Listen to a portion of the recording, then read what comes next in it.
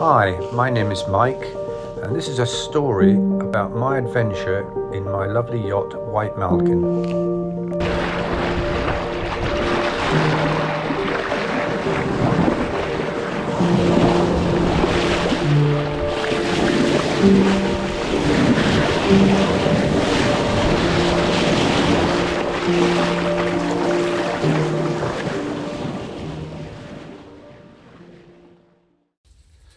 This is a few shots of three dolphins that actually came into the mangrove, which is an area of Nelson's dockyard in Antigua.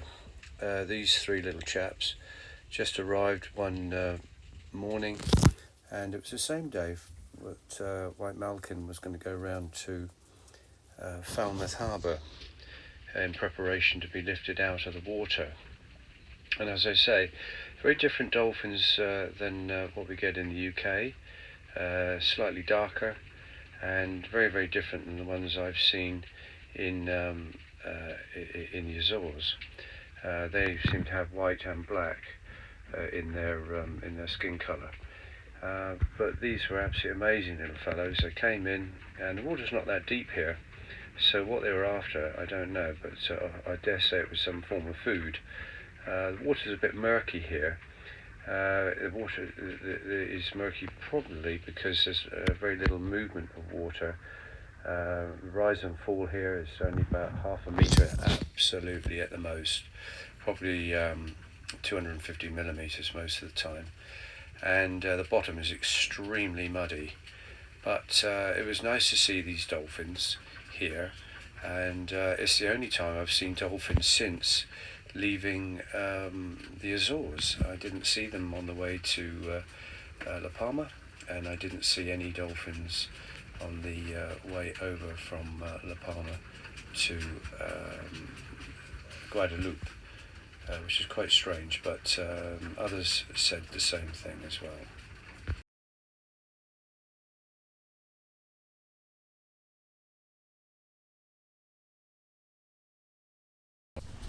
This is a few shots of the island from a place called Shirley Heights, which is quite a pretty area and part of the military infrastructure of years gone by.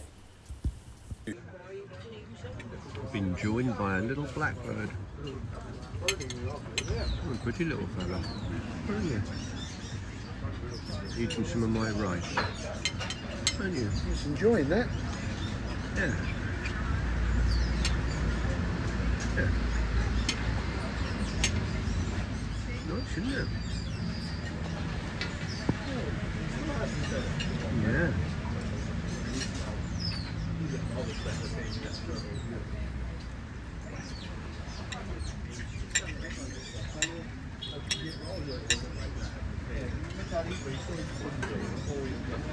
A very busy boy.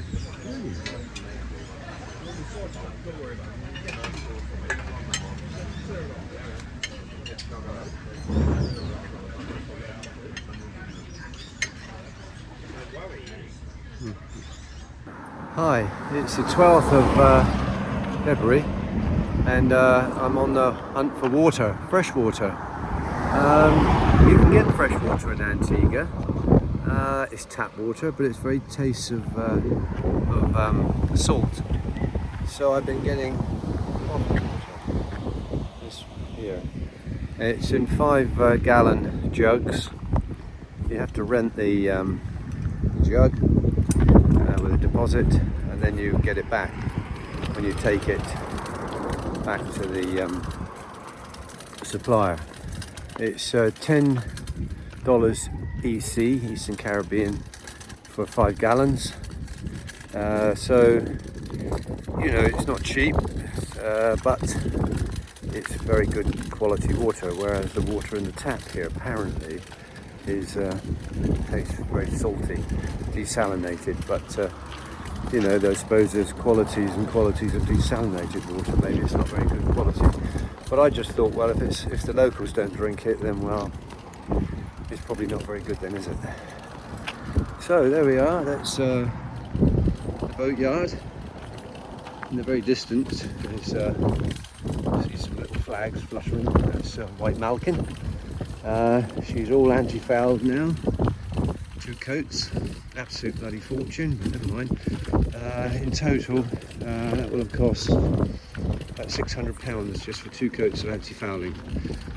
So all those in the UK, remember that when you think that you're being charged a lot of money for your anti-fouling. So basically it was 1.5 gallons I bought in effect. And as I say, near enough 600 quid. I think it may have been over 600 quid. But there you are, that's the price of boating. This is Sammy's boatyard. It's a typical working type boatyard, pretty much as Marchwood Yacht Club is. Everybody does their own maintenance, and with the occasional contractor.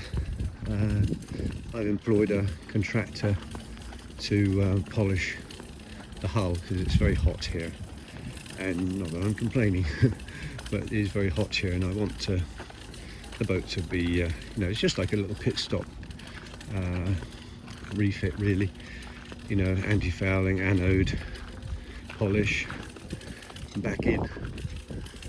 So she's going back in the water tomorrow, and tomorrow morning sometime. I think they're going to lift her at 9 o'clock in the morning, so I can do the patches you can't get to with the with the props in place, which they put plenty of props in, which is good.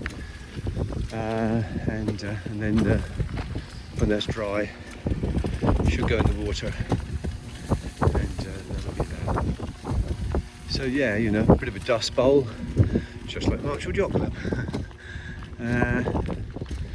We had a lot of rain last night, so that sort of settled it down a bit, but it's now very windy. About 35 knots, I suppose, probably. That's on water. And yeah, that's a good little boatyard. This pit stop will have probably cost me in the region of about £1,200 by the time I pay the lift out and the lift in and the anti-fouling and pay the boys to polish the boat. And over there you'll see a man in a green shirt. It's Dan Turner from Australia, and he is in the mini globe race. Here are 2 dogs. One of them took my shoe yesterday, thank you. Managed to get it back, but anyway, so there's a mini globe boat, and there's white Malkin, who's a golden globe boat. So there we are. She's starting to look more like how she should look. I had to change the colour of the anti-foul because you can't buy white over here. You can buy black, you can buy some blue. So I had a tin of white, which I bought in La Palma, and I've just added it to the blue just to make it a bit lighter. But yeah, no, it's coming on. Very good indeed.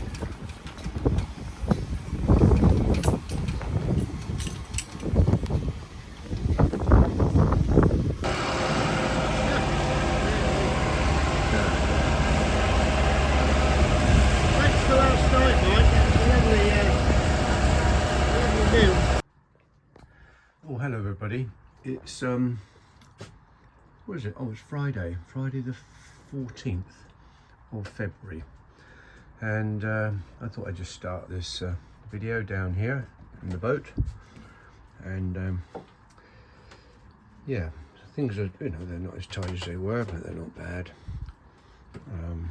That's my chain marker indicator, trying how much chain to let out. This is the next chart of the Caribbean Sea when we depart to go to Panama. And yeah, no, so I just thought I'd so I got the French flag here just to respect for the French lady on board.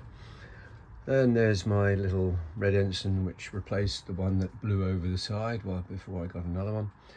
And then there's the Spanish flag, and of course the French flag is for Guadeloupe as well.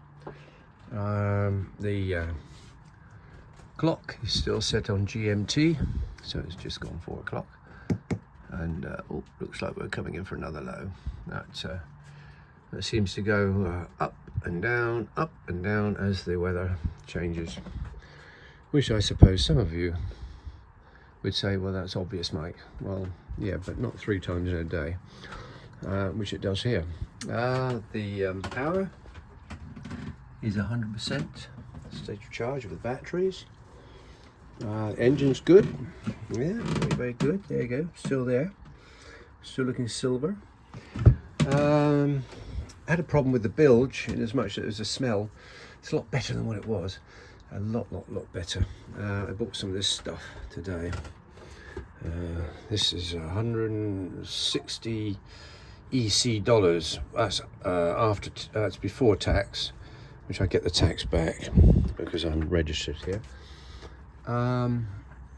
Iridium Go Exact starting to play up again, of course, as one would expect. And in there is my Starlink on-off button. And so proceeding outside, it's very bright. The wind vane needs a little bit of repair. I've got a new cover for it, but I don't like to use it. There's one solar panel, my lovely new red ensign, and a few little frills to fly. There's the other solar panel at a different angle. There's a Starlink, the outboard, which I don't seem to use, with the Iridium alongside it, which is great. And oh, there's my glass of wine. Looking on deck, oh yeah, we've got a few clothes there drying away. And if you look over there at the that is the National Sailing Academy of Antigua, and they are hosting all the golden globe, oh sorry, I mean gold, mini globe race boats. Let's get that right. Mini globe race boats. They're all there. I say they're all there. There are 13 there, and they're expecting another 2, which are en route from somewhere in America. But anyway, they're having a bit of a bashing because the winds are in the wrong direction and the currents are in the wrong direction. So they're trying to, fight the currents, which is quite difficult in a boat that's 19 foot long, as you can see. They're very tiny. They are 5.8 meters long. And ashore, just looking across the shore there, and you can see the beautiful shoreline. It's very pretty. And the mangrove there, the green is mangrove. And over there, there's a little bar on a terrace, which is very, very nice. And then, of course, you get to this awful mess. Yeah, very expensive, boys. Lots of money, absolutely pathetic. And then, of course, you get here where you've got all the boats anchored. And yeah, this is Falmouth in the Antigua in the Caribbean. You can see it's quite green over there. Well, there's a good reason it's green. My God, have we had some rain. We really have had some rain. We've had so much rain that it's sort of quarter filled the dinghy, and the dinghy's down there, my dinghy. Anyway, it quarter filled the dinghy. That was just last night. I didn't go ashore last night. I'm anchored here alongside this. I think it's a Choi Lee. I'm sure some of you will correct me if it's wrong. But I think it's one of those Choi Lees. They were in the 80s and 90s. Good little boat, but lightly built. And yeah, and all the other boats are all at anchor because at night time they've all got their riding lights on, which I suppose indicates that they're anchored and not on a mooring. And yeah, all is good. I'll take a bit of a shot of as I go back to the cockpit, I'll take a shot of Sammy's boatyard, which is where White Malkin was lifted out the other day for 2.5 days, or however long it was. They would argue 3. Anyway, there again, it's over there. Yeah, nice little boatyard. Health and safety wasn't invented when it was devised, but yeah, it did what it had to do, and it looked after me and the boat, and all is well. So I'm going to go and finish my glass of wine, and as you can see, there are a few clouds about, and I'm absolutely certain we're going to be in for another deluge of rain this evening, so I probably won't bother going ashore. Where we're here, well, where we anchored here, it's very nice, very calm, and you know, just soak up the atmosphere. As I say, today's Friday the 14th, and I'm planning leaving next Tuesday, I think. That will be a good day to get going to Panama. A voyage of some 1,200 miles-ish. It's a bit of a challenging voyage, I believe, because you're going into a bay where the currents are going towards the bay, and so are the wind going towards the bay. So of course, as it hits the end of the bay, it bounces back. So I'm expecting the last sort of 100 miles to be a bit rough. So we'll see. White Malkin will be fine, I can assure you. She'll look after me and I'll look after her. Bye bye for now.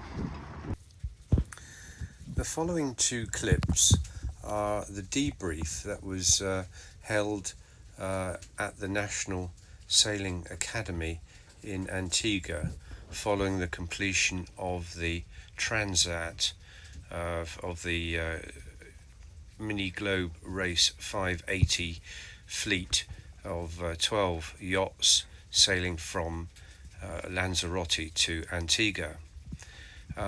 It was a very interesting debrief indeed.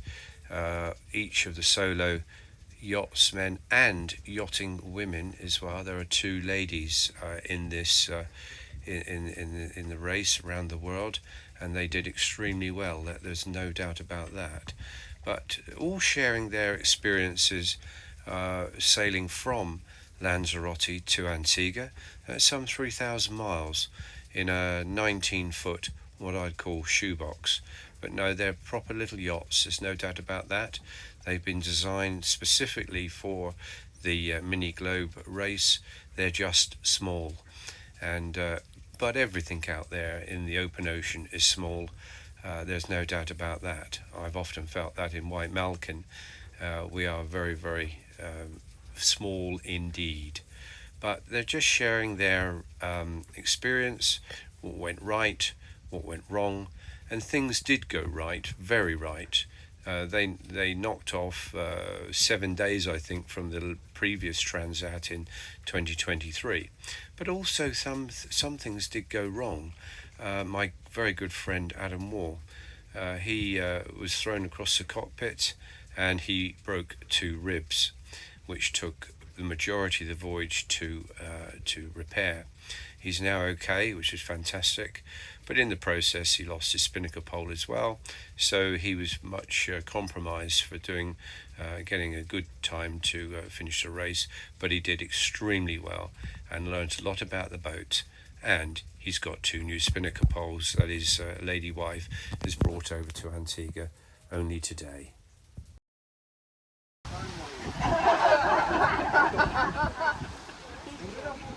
I get so familiar with everything. I was playing very safe, not having much experience on a small boat and big waves.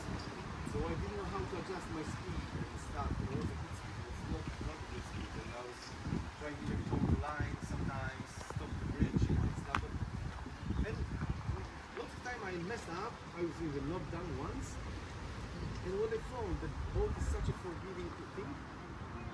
Especially with this boat, this much really hard. It always keeps me afloat and brings you straight up. And then I said, okay, let's put some sails and start sailing. So then I started more hand spinning, I started spinning for the sails. And I remember this feeling when I dared to do the A5 and I came stronger. I started flowing over the wave, being mostly on the top of the wave.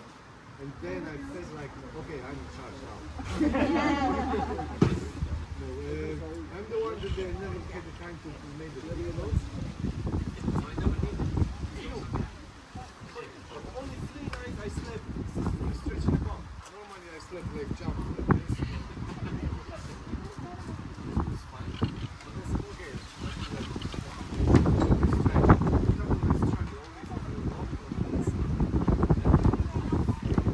straight legs with the bent back. So there's no way you can position like this.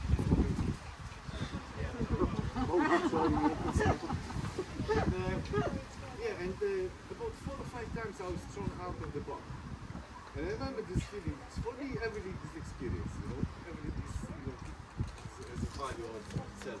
And I have 2 poles supporting the roof. And when I was sleeping like this. So, but when you go really deep into the sleep, you relax your body completely. And I remember myself being kicked out of the bunk, and when I'm flying through the cabin, my consciousness comes back, and I open my eyes and I see this ball. Bang! It made me so laugh. So many times I woke up myself being like in the center of the boat in some strange position, but it's just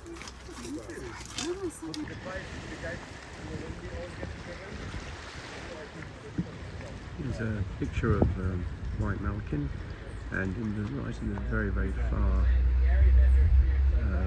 distance you can see an island, and that's Montserrat, which we've got to sail past on the way to Panama. You can see all the flags flying from all the mini globe boats, and yeah, it's a nice day today.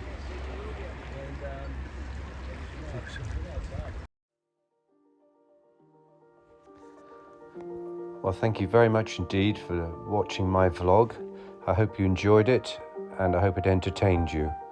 My next vlog will be in 7 days' time, and I very much look forward to you joining me on my continued voyage around the world on my beautiful Rustler 36 White Malkin.